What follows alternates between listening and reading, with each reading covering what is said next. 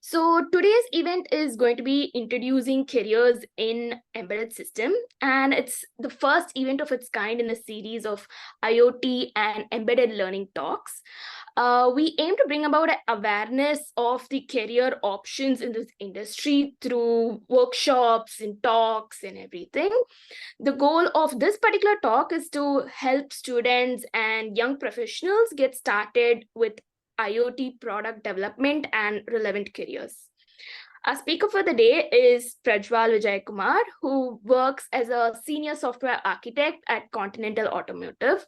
He has over 10 years of experience in various phases of automotive enhanced development and embedded development, with experience of working in different countries like India, USA, France, Germany, and Singapore. So outside of his work, he enjoys tinkering with embedded projects, and he's also currently developing a competitive online marketplace to flex his full stack development skills. I mean, this sounded very interesting to me when I heard that. So I'm very excited to hear from you. So without further ado, over to you, Prajwal. Yeah. As I said, thanks for the short introduction. If you want anything, I mean, since there are less number of people here, probably just four of us. I mean, I wanted to take this kind of as a standard presentation, giving you guys a PPT and a talk about embedded systems and automotive and all that, since I'm typically from the automotive background. And how you can really break down any system into kind of just its embedded constituents. And the problem with embedded system basically is that it's very hard to get started because you can't do things at home very easily as to what companies do, and companies don't hire you without experience of working on all these kind of boards. So what can you really do at home to go to the next level or go to the next job without having to spend thousands of rupees or thousands of dollars on your debuggers and things, but still gain the relevant experience in embedded to kind of apply for different jobs. But since we are like just, I think, four participants right now, I want to make this more interactive, and we can take this entire session like a QA session and then go about it like that. Yeah. So what do you guys think about that? Would that be better?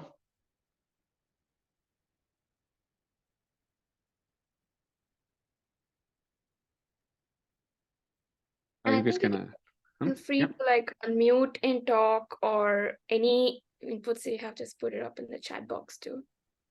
or any expectations also. Yeah.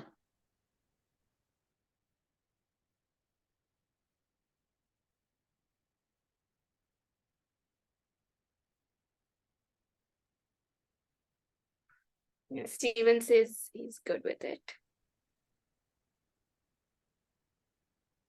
Okay, then let's do that. Can you all unmute yourself so that we can hear you rather than using the chat box?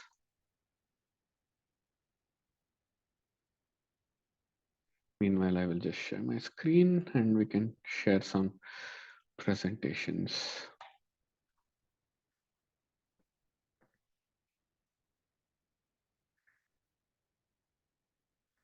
Okay, so maybe we can start. Just so that I mean, whenever you see anything that's electronically driven, could be like this high-end Bugatti car, this is what we see, right? This is basically what is the output that exists in the real world and is usable in the real world. But what we don't see is really what is inside of this. And while it is funny, I mean, it's also that there are many cartoons about these things, and what Disney does and what these things does, they kind of emulate this embedded systems that are there in the real world into cartoons. And most of it is shockingly true, kind of what these things can do and how these embedded systems kind of speak. But that you will only understand if you know how it internally the things work. The car does have a brain of itself, except you are giving inputs to that brain. So what is a car really? When you see the insides of a car is something like this. It definitely has a huge nervous system, some brains, hands, legs, these kind of things. But in this case, the hands and legs are nothing but motors, like your let's say drivetrain, which is your engine, and your transmission box, these kind of things which actually provide the power to the wheels. And you can also have sensors, right, like your eyes, ears, and things, right, like that. You can have something like a radar, something like a lights, ambient light sensor for let's say internal cabin lighting, or heat sensors for your temperature control. Or you can also have a lot of embedded current sensors for your voltage monitoring, current monitoring, these kind of things, because everything is battery powered, right? The electronics part, at least. If you're going for an EV, then it's really a completely different kind of design. But we are just talking about IC engine vehicle right now. And basically, the nervous system is kind of the same, whether it is a like IC engine or a EV. It's just that IC engines are powered by a fuel and EVs are powered by your battery packs. And you have such a complicated system in a car, like you have close to, in a typical high-end car like the Bugatti Veyron, Chiron, you have like close to 120, little small computers. And you can see some of these computers here, what they do. Like the digital radio, the central vehicle gateway computer, the navigation system, the speakers, audio system, um, and you have the door lock unlock systems for this, and window lift systems, then instrumentation, central body. You have a lot of stuff, and each one of these typically have their own small computers managing this functionality. This is how it's been structured in the past. But now moving forward, they are going into high performance platforms, right? So that we have one huge computer here in the center that takes care of the software of all of these things, because then they don't have to kind of use so many microcontrollers, but really focus on developing just the entire software on the central stuff, and then have peripherals only at these different points in the vehicle, so that the logic comes from the center and then gets communicated to the peripherals, and the peripherals make the executions, whether it is to show speedometer on an LCD or whatever. And by peripherals, I just mean like it's just an LCD screen, or it might be just a motor actuator, a motor driver in other terms. So, any questions about this until here? Just one question. Yeah. What is IC? Internal combustion engines. Okay, So thank you. engines that basically use some kind of a fuel, burn the fuel, and then produce work, or then produce the rotations that the engine does, and then that is then transferred to, let's say, your power transmission. That's your gearbox, basically. And Mm-hmm. then the gearbox then delivers the converted power, that is the converted torque and RPM of the motor, to the wheels. Okay, so it's petrol and diesel Yeah, it's vehicles are petrol, IC. diesel, Okay. it can be anything: petrol, diesel, hydrogen, but anything where the fuel is burnt inside the engine. That is basically your internal combustion engine.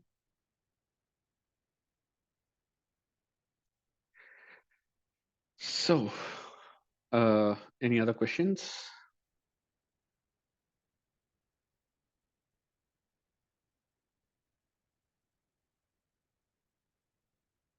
Okay, I know this is all like very high level, but what I want to really show you guys here is what you can do to join such a complicated development system from home, right? I mean, this is what I want, because I mean, if you see all these things, for the first time, it's going to go way above your head and it's not going to make sense. But how do we make sense of something that does not make sense? And, if this fascinates you, try to get a job in this field so that you can learn much more about it. This is what I want to portray here, right? And okay, so what does that come down to? Let's just take one small, box out of this. So we went from a big car, we saw from what is inside the car to broke down that to what is, the logical architecture of the car here. And then let's take just any one of these boxes. So what does one of those boxes have inside it? So it has something like this. Basically what we call as an ECU or an electronic control unit. So what does this electronic unit contain? It just contains a microcontroller, which is basically the brain or the processor, you can say, and it contains some peripherals, right? Like your pressure sensor. This debug is basically to program your microcontroller.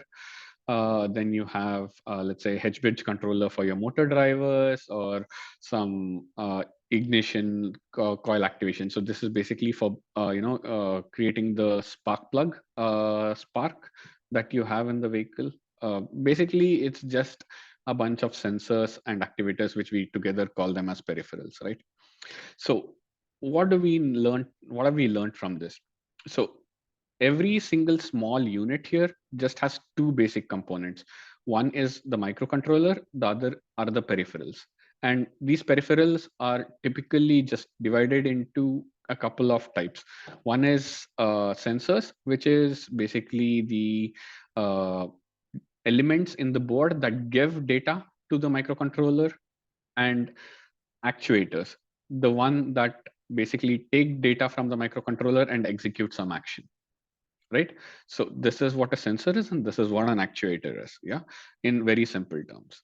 So what can I do as a embedded engineer or an person who is just starting embedded is basically I can just get a board with a microcontroller, maybe buy any type of sensor that I want, like maybe a pressure sensor, temperature sensor, or humidity sensor, or it can be something as complicated also as an air differential airspeed sensor, or you can also get even things like light sensors, or you can get maybe current sensors to measure currents on the board, which goes to the motor to find out how much power is being delivered to the motor. You can get any type of sensors like that. Yeah, there are like a huge array of things, but you can get anything. This is the point. And you need to get an actuator. So that means that you need to get maybe motor drivers, and you may need to get some IGBTs, or IGBTs are also called as switches, basically, which can just either provide power to a external system or cut off power. Or you can also call a mechanical system of IGBT as a relay, right? So you can get these kind of components, and they're relatively very cheap. Yeah, I mean, they shouldn't cost more than a couple of dollars for you guys, maybe like tens or twenties of dollars. You don't need really complicated systems to build this. The cheapest ones that you can find, yeah, you can get them. And typically when you buy a micro, you have certain capabilities of the micro. So basically you have a core of the micro, you have some GPIO, that is basically some pins on the microcontroller which kind of have some special capabilities. Like one of those pins, you can just go turn high or low. That means you can just turn on or off those pins, which basically means you can control them as switches to something. So if you want to control, let's say, an external relay, you just have to consider a microcontroller that gives you just a on or off state, right? That because that's all you need with the relay.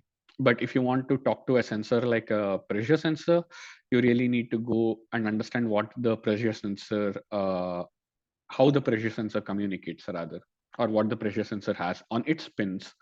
So if you see that its pins have a simple, GPIO, then a microcontroller with a simple GPIO is enough.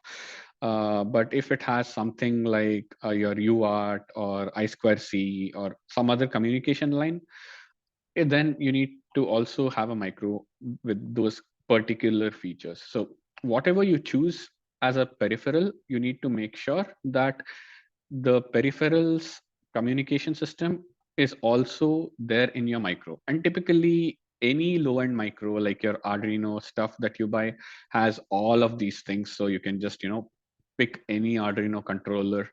My preferred one, you guys start with an Arduino Uno, which is the most simplest one that you can buy, and get some peripherals and you can just try some programs. Yeah. So any questions until now that we want to talk about hardware? There are some. So the Arduino Uno, is it usually used for projects, or is it also used in the industry? So more than Arduino Uno, as in such, okay, it can be used in industry because it is under an open source license, MIT license, but we don't use them typically, especially in automotive industry, because the thing is here, the components that we use in automotive should be specifically designed that they have certain operating temperatures, operating voltages, operating environmental or even physical conditions like vibrations or things like that. The thing is, your Arduino Uno is so just like a developed just like a hobby stuff that it doesn't have these kind of tolerances. And what happens when you drive and hit a pothole in your car, right? Your entire car goes that like this. And what happens with that is all these electronic components that are there inside gets that G force, or gets that physical force exerted on it, right? And you don't want any of your components getting damaged, or you don't want any solder getting even having micro cracks, or you don't want your sensors not having the range to measure those kind of physical forces. Because what is the sensor doing? Sensor is measuring some kind of a physical force or a physical quantity and converting it into an electrical quantity, right? So if you don't have the capability to measure those things, then we cannot just use those components either for reliability purpose or for operating range or for the tolerances. So because imagine, I mean, if you're driving a car, you hit a pothole and you lose your a braking system, what happens? Right? So that's why components for automotive especially are very specifically made to specification of how critical that component is in a vehicle. That is, like, your braking system is considered to be one of the most critical stuff, which we call as a component or a system that can cause loss of life. Okay, So but for as such, yeah, go on. okay, but from a learner's point of view, if someone learns to get started with embedded projects using Arduino, um, would you Yes, say that's good enough? that's good enough, because the thing is, while these components are very specifically made towards automotive, the internals of them are exactly the same. It's Okay. just that the fabrication process, the packaging process, the process of manufacturing and soldering PCBs are different. But Okay, got it. at the crux of it, right, it's the same. And H-bridge driver is always a H-bridge driver. It just has 4 MOSFETs in it, whether it's a automotive grade H-bridge driver or a, L298N H-bridge driver, which you can get for like $2 or $3. Okay, got it. Thank you.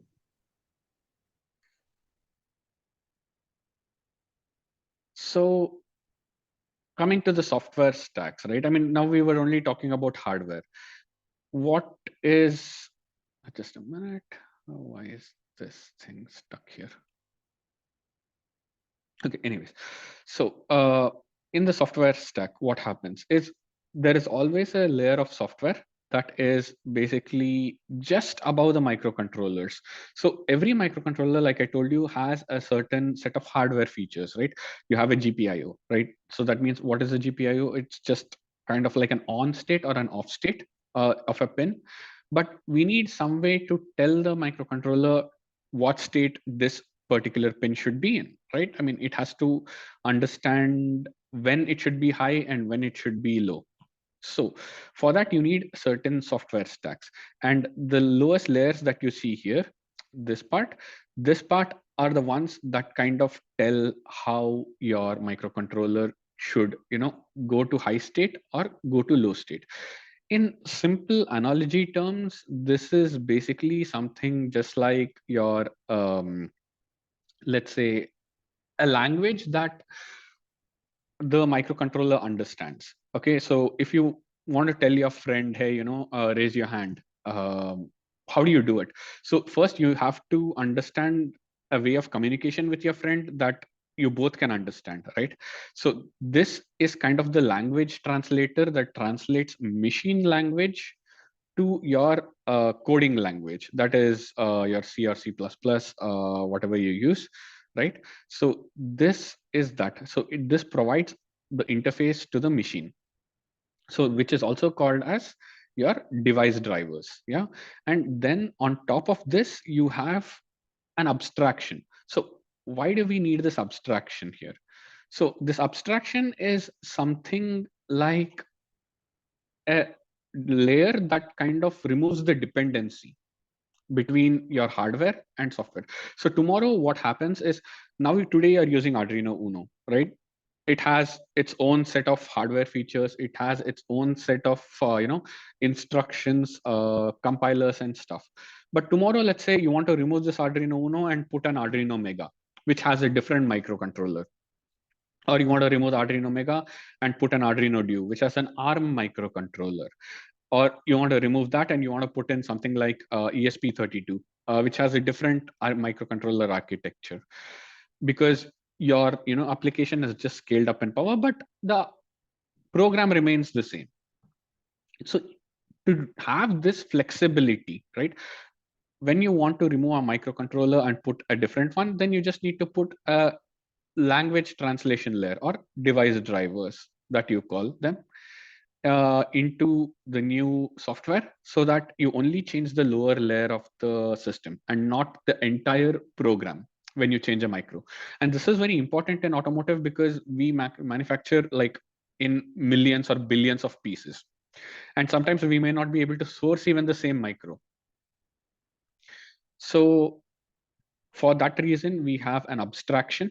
So to summarize, an abstraction is a layer which basically kind of just divides, or let's say separates, the hardware to software dependency. Yeah.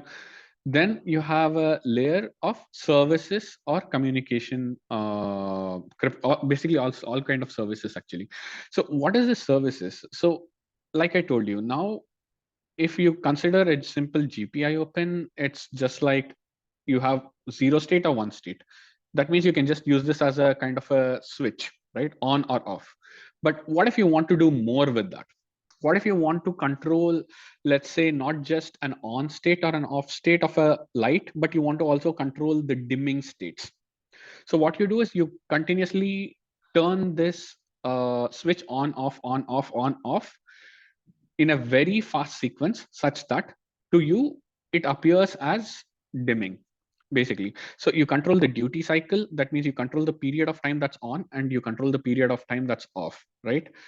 So that you get this dimming effect. So you have a very short period, your light is very dim because it's getting very less power. And you have a very large period where the switch is turned on, compared to the time the switch is turned off, you have high brightness. So you can extend a simple on-off switch to something that has a dimming capability also. So these things are called as services. Services basically extend the feature of a hardware into different kind of, let's say, features. And all of these features are then given to the application. So now the application is where your actual software resides. That means your logic resides. Yeah. So what do you want to do with this? So maybe you have something like a potentiometer, or a potentiometer is basically just a what do you say, a variable resistor that you can change the resistance of.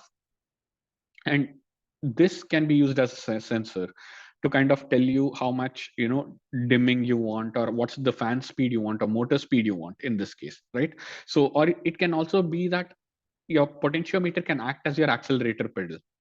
So as much as you press your accelerator pedal, the resistance of, let's say, an element that's connected to the accelerator pedal changes. This is read by the microcontroller, and then it turns on, let's say, a motor driver or a H bridge to give that much power to the motor. All right.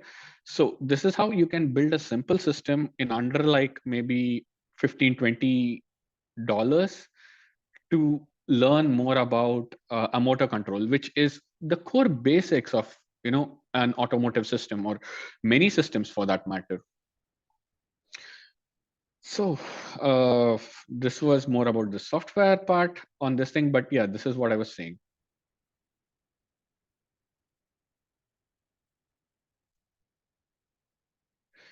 Okay, so where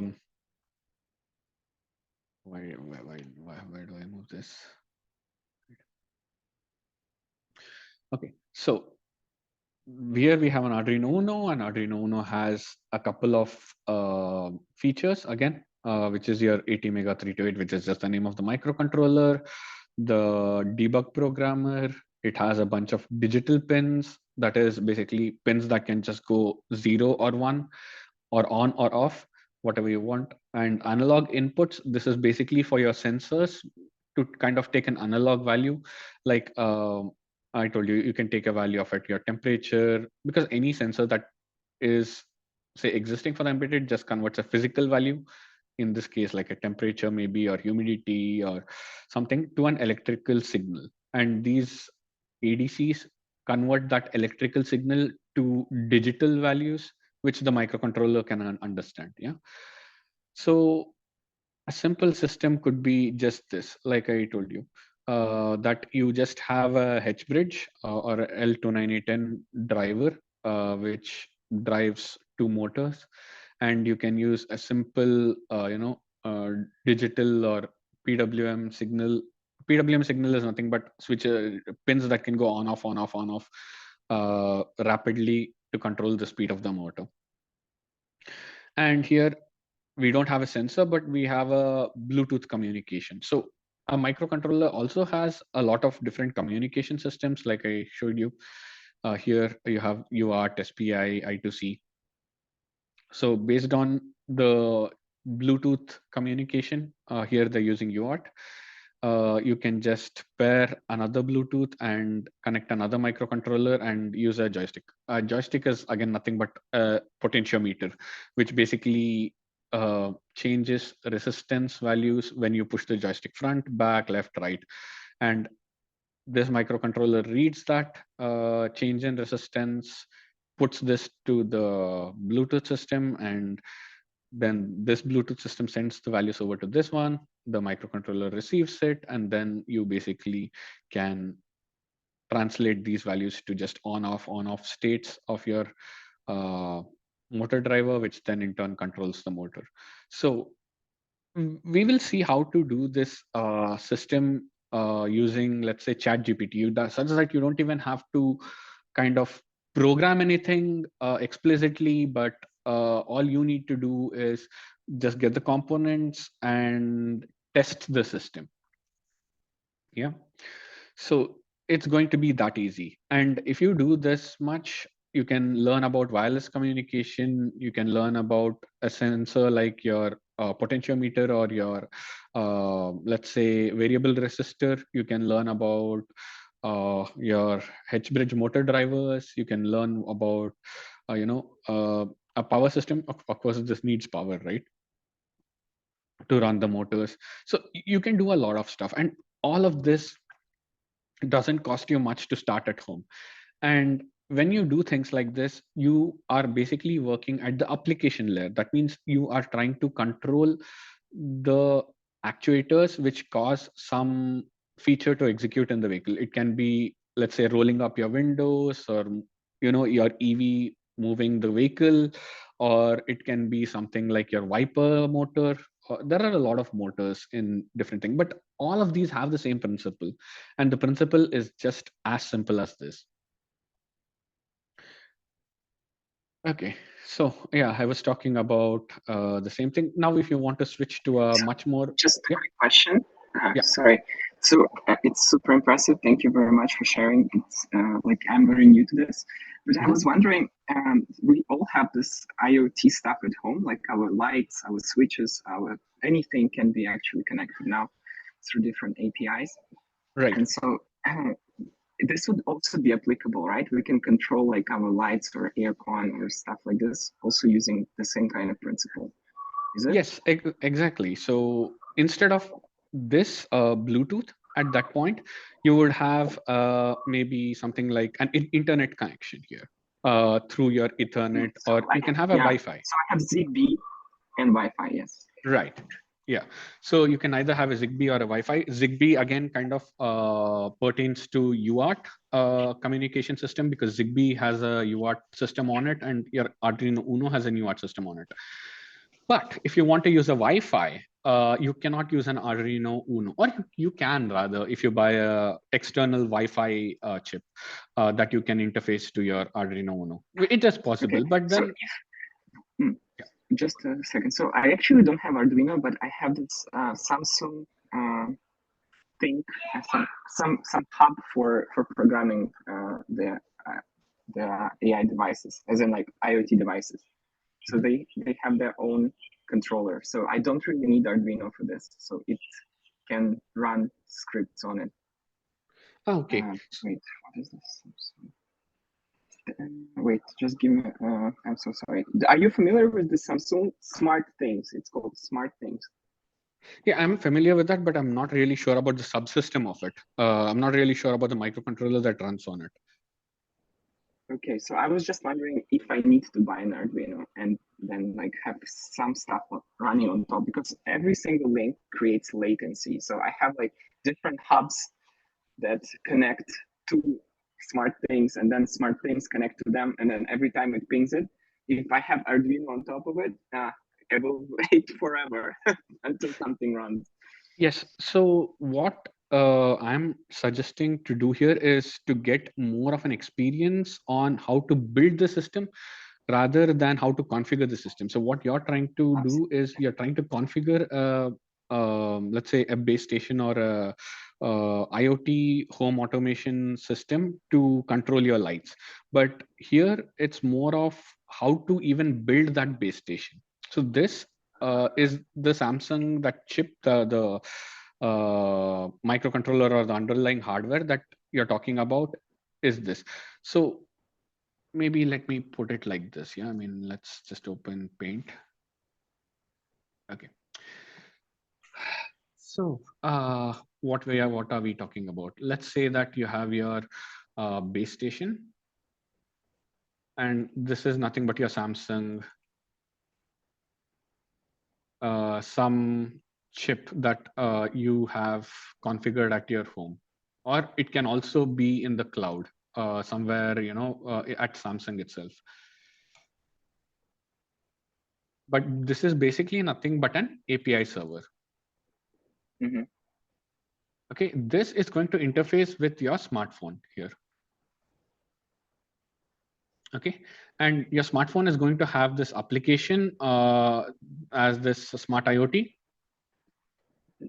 Yeah. Okay, It's whatever that is. Things, but it's yeah, the same. smart things. And then your home is going to have something like, let's say, your light switch, or your I mean, basically it's just going to be a plug, power socket, plug point, that kind of, yeah, that kind of just either provides power or does not provide power, or has a timer function, or to turn on and turn off at a particular time, and all this. So what I am trying to get you to do is try to build this system. Yeah. And basically your smartphone, what it can do is through your, let's say, Wi-Fi, send a API request to the Wi-Fi router, and then that goes to some base station, or could also go directly here if this has enough intelligence in it. And then the base station translates that API to a way that your end device can understand, which then causes this to make an action, which this in reality is nothing but just a relay, right? I mean, you just have to select whether the power is on or power is off. So this really, and there will be a small microcontroller or something to just the logic is very clear and transparent. What is like, yeah, I think it's a lot of learning here, because at every endpoint you will have to either develop or find an open source solution that would serve as your app for the phone or API. I mean, Correct. You can also build your own, but it also increases your effort, right?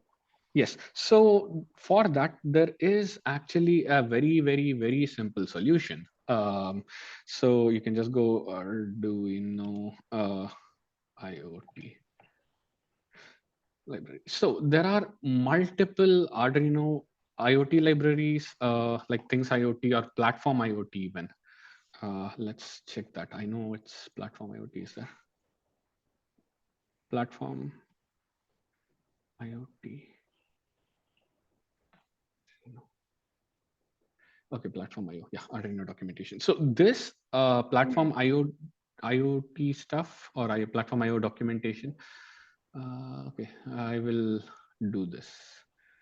Most probably, yeah. So there is Arduino already gives you some website like this where you can control your switches and stuff. And this is basically a library that Arduino already gives you. They give you the entire software. Yeah. And all you need to do is just download this library and install it on your microcontroller.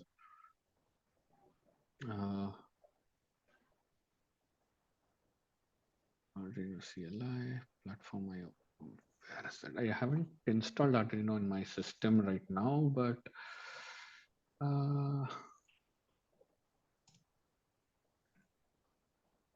why not do that always? Arduino.cc. Let's go here. Why is my bit different than blocking it? Okay. Maybe you spell it a bit, but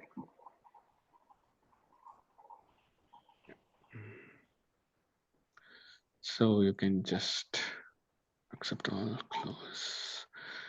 Let's just download this.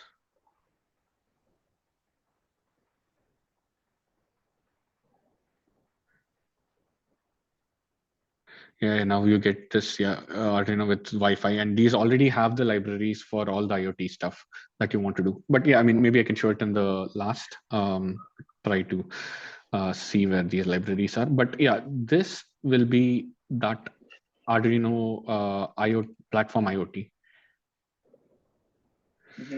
And then you can also build devices like this using ESP32. Hey Prajwal, just a small reminder on the time check. We have 15. Yeah. So, and then you can just, everything has libraries, and you can build your own entire IoT system. You don't have to depend on Samsung. And the point here is not to just configure the device, but to really, get you some experience of doing these things. And then you basically, kind of can apply or get jobs in IoT fields. So this is the That's main. what I want to do. I actually want to experiment on my home, like building this stuff. Thank you. It was a very comprehensive answer. Okay, so yeah, this is what I was telling about when you have these kind of systems here that have already your, Ethernet or Wi-Fi, Bluetooth already built into the system. And with these systems, you can directly get libraries. You just have to search for them. And then you basically take those libraries, integrate them into your development environment, which is just like one click, and then write your application logic, what should happen, and go ahead with it. That's it. Okay, so the software layer, again, like I told you, all of these libraries that you see in the level 0, it's all done by the Arduino core. All of these, level 1, that is the services, is there already in Arduino IDE as a form of libraries. What you will write is just the applications. Yeah, so that means it's just when a system should pin should turn on or turn off. That's all. And if you see here, this is the automotive architecture, and it's exactly the same. So you have a set of microcontroller dependencies, you have a set of abstraction. Here you don't have an abstraction because Arduino is not that rich to kind of accommodate a lot of things, but they do have a lot of microcontrollers, so there is some level of abstraction here. And you have services from Arduino, and then all you have to focus is on the application component. So working on such a system even means working on an automotive environment. So what can you do just within automotive sector is you can apply to all of these OEMs who produce cars. You can apply probably to all of these people here who produce ECUs for cars, like this basically, or you can apply to all of these guys who produce the components for cars, components for ECUs, sorry, all of these inside what is there. So just by doing this one small exercise, you have access to so many companies that you can apply for. And this is not the only thing. This is just automotive, right? I mean, you have medical electronics and all other industries, including your IoT, including even military aerospace applications that you can apply for. And because everything in the world needs embedded systems. And if you open this, I will share this presentation with you, but if you really see this Megatrends presentation, you'll really understand where the job opportunities are there and where they pay the highest, because all of these are job opportunities that are required for the future. Different and new styles of manufacturing, AI again needs a lot of embedded systems to run on. I mean, right now we have AI today, which is hugely powerful LLMs running on servers, but at the end of the day, we want AI in the power of our hand or inside our home, right? Making our lives easier. So you have these smaller Echo devices or Alexa devices that can still make use of these end APIs, and they are embedded systems. So how do you bring AI to the common man? And automation systems where you can automate n number of things like production or using robotics, whatever, blockchain systems, climate change. This is one of the biggest things that is going on in the world today. And you have a lot of embedded base stations sent using hot air balloons up in the atmosphere to measure a lot of different kind of parameters and stuff. So you can go through this, really kind of understand all these opportunities and look for companies where you want to work on. Try to build one or two applications that are suggested here just using Arduino and stuff like that. Try to locate the libraries that you need, and then you have that experience before applying for the job, and you can talk about it. See, the main thing about interviews is that you have to guide the interviewer to ask you questions on what you know rather than try to answer what questions he asks. This is the main thing. So you give them something to talk about, they will talk about that. You don't have anything to talk about in front of them, they will ask you whatever they want.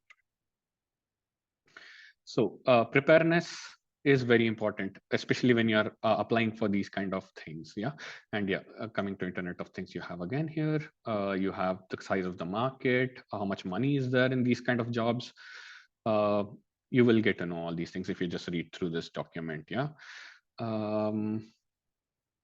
Okay, so I wanted to go through some jobs, kind of trying to get you to see what we can do, but let's just try to see if we can do that quickly for one job. Let's take something, electronics engineer, Dyson. Okay, So what do we have here? Design and develop electronic analog digital microcontroller, blah, blah, blah, which is nothing but on an Arduino Uno. Digital, like I told you, is just on or off. Analog is just for reading sensors, or it could also be for playing some sounds, audio or something as a DAC, digital to analog conversion and analog to digital, which should already be there in your Arduino microcontrollers. DAC, you may have to buy separately. And then you have, let's say, a sensor engineer performing circuit design and analysis tasks. What is circuit design? Circuit design is nothing but how to connect your sensor to your micro, how to connect your actuator to your micro, and these kind of things, which you are already doing when you buy an Arduino, right? PCB layout is something that I don't want to get into, but here they're not asking really to design the PCBs, but just participate in the reviews and verification if all the pins are connected, right? And specify, okay, verification test cases, that's fine. But this, yeah, this is more on PCs. And then you have all these electronic tools that you want to use, like oscilloscopes, spectrum analyzers, to kind of really understand and debug what is happening. So these are really expensive equipment. You cannot really get that at home. But this you can only get, when you're working in another job. But for people who are not working, who have never entered the embedded system, this much is way more than enough. Yeah. So really, if you take any electronics engineer's job, it's the same thing. Even a lead research engineer's job would be basically the same thing. What you can really learn by doing an Arduino. Electronics engineer must have worked in industry, multidisciplinary. Yeah, see, digital and analog circuit design. Then, okay, these are Altium designers, but yeah, basically C coding and stuff. That's basically there. That's it. Okay, this is all something that you might not want. Anyway, this is for lead research engineers. But yeah, that's about my talk. Maybe I can just quickly show you one thing regarding this ChatGPT.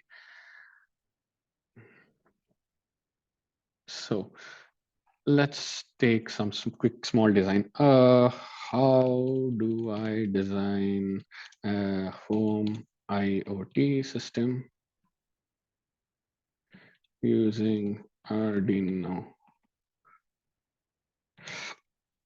I want to design a system that can be controlled by my smartphone using R2, microcontroller, or you can say RESP 8266. Sorry, 8266, which is just the name of the microcontroller, but you can choose not to specify that, and you can say to build a light controller or a power socket. Give me the hardware and software libraries that are that need to be used. Give me an example code for the system. So you can just give anything like this and you will get an answer. Like we discussed, Arduino ESP8266 relay modules. You have some Arduino IDE, then inside Arduino IDE, you have to install these 3 libraries, which I was talking about. And you basically get the circuit connections, what you need, and also the program.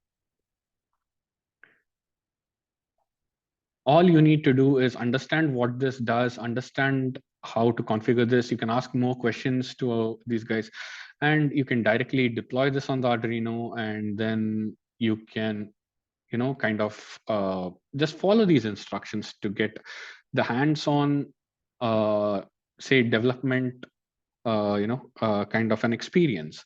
And maybe next time you can ask ChatGPT, hey, give me some challenge in embedded systems that I want to build something, and you can try to write your own program. And ChatGPT can also be there with you. And look, the program is just this much lines. So the Blink library makes it super easy to implement anything. This is basically the line that's connecting to your Wi-Fi in just one single line. You don't have to do anything more than that. And one digital pin to turn it on or off. That's it. Or if you want to add more feature, add memory for remembering the last state of the power plug. So you can directly ask it to add a feature like this, and it just gives you the EEPROM, that is the non-volatile memory, and stores it. And now you can try this and check if it works. So really, it's very easy to get started, doesn't need much money, and I would recommend you go hands-on with it as soon as possible before applying to jobs. That will give you a hugely different, kind of an outlook towards the interview. So this is what I wanted to show you guys, and maybe we can just get some QA done, and we can close this session. So over to you guys.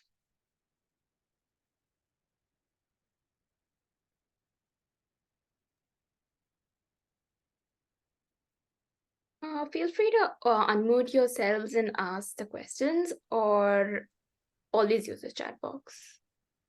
Is there anything there?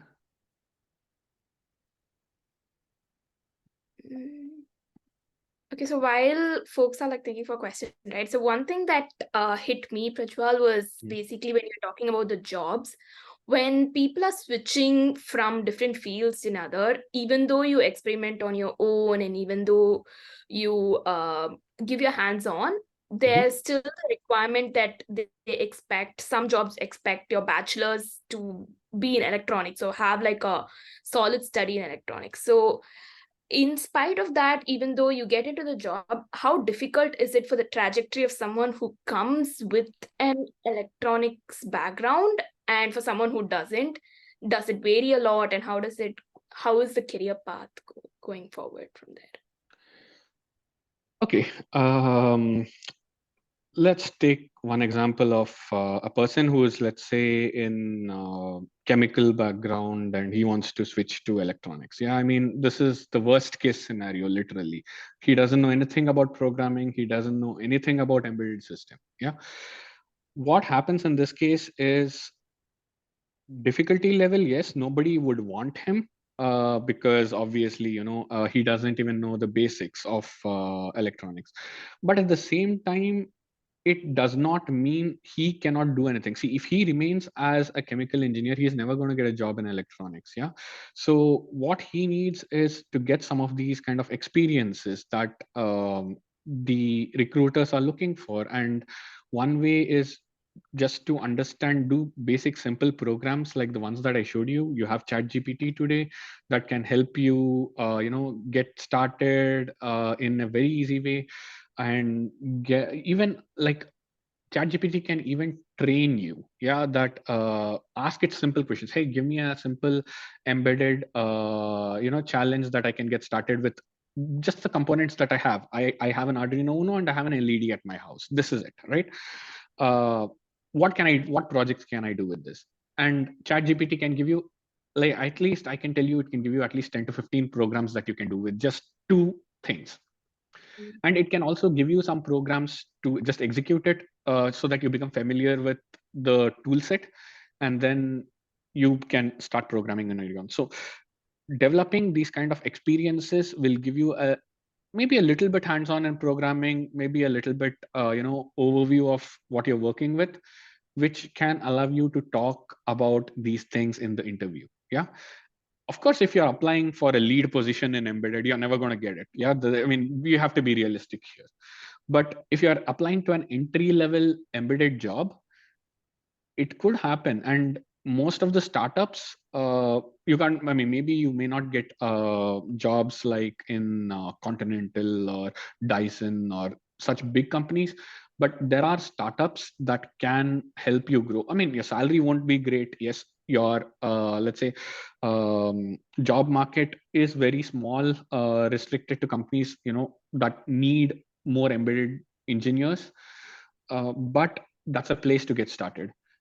Get that experience 1 year, even if you get the lower salary, and then make another switch once you have that 1 year of experience or 2 years of experience. So this is the path that I would say would make more sense to me for a person who's totally not from embedded or programming backgrounds. But if you're from an embedded and programming background, that it makes it a ton easier. Got it. I think we have a question on the chat group. What are the similarities and differences of embedded system engineer versus software developer, in your opinion? Okay, so basically there is no difference. I'll tell you where the difference lies.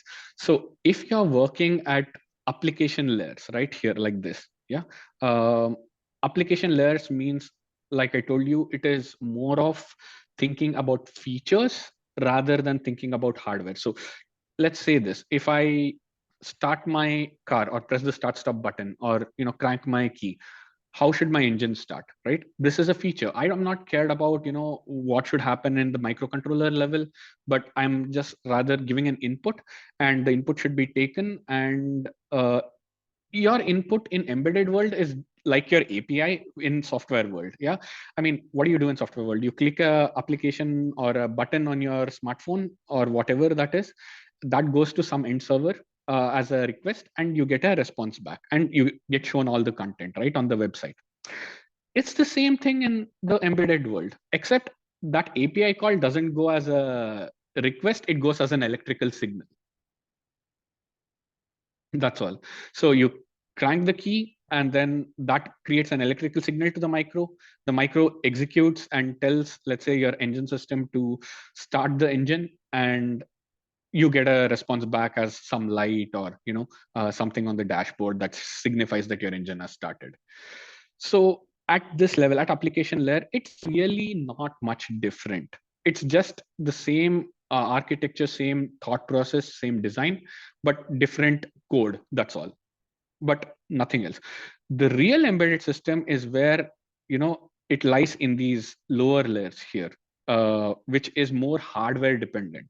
Yeah, and this is where it's actually advantageous to know what the microcontroller has, the features, because when you're programming stuff on software development, you're not caring about which Intel processor or AMD processor or ARM processor is there inside that, right? I mean, you're just worried about creating your website or creating your app or whatever. So even in that field, the people who worry about how your graphics driver should work or how your Intel chipset driver should work, these people are still embedded guys. So even in automotive, it is there. So here, anybody working on the application layer, not much difference in my point of view. Anybody working on this last layer are the actual true embedded guys. But the only difference is in automotive or any embedded thing, you have to test the entire system. So you need to play around with the hardware. But in a software environment, you can just test it using maybe your computer or mobile. You don't see anything tangible. You don't see tangible outputs, right, that you can actually touch and feel. So this is the only thing that is different in embedded. That's all.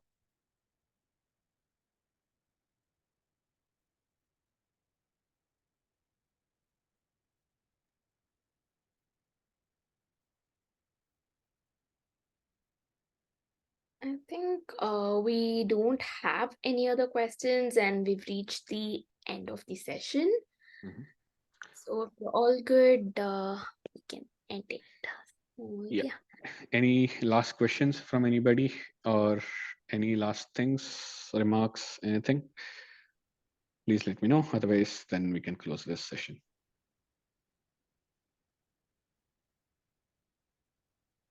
Thank you for the participation. And I know the few of the members have dropped off, but it would really help us if you can help answer a feedback on today's talk and Women Who Code's general engagement. So probably I'll drop the feedback link on the group. So you can answer it, and hopefully members who have already dropped off can also answer it.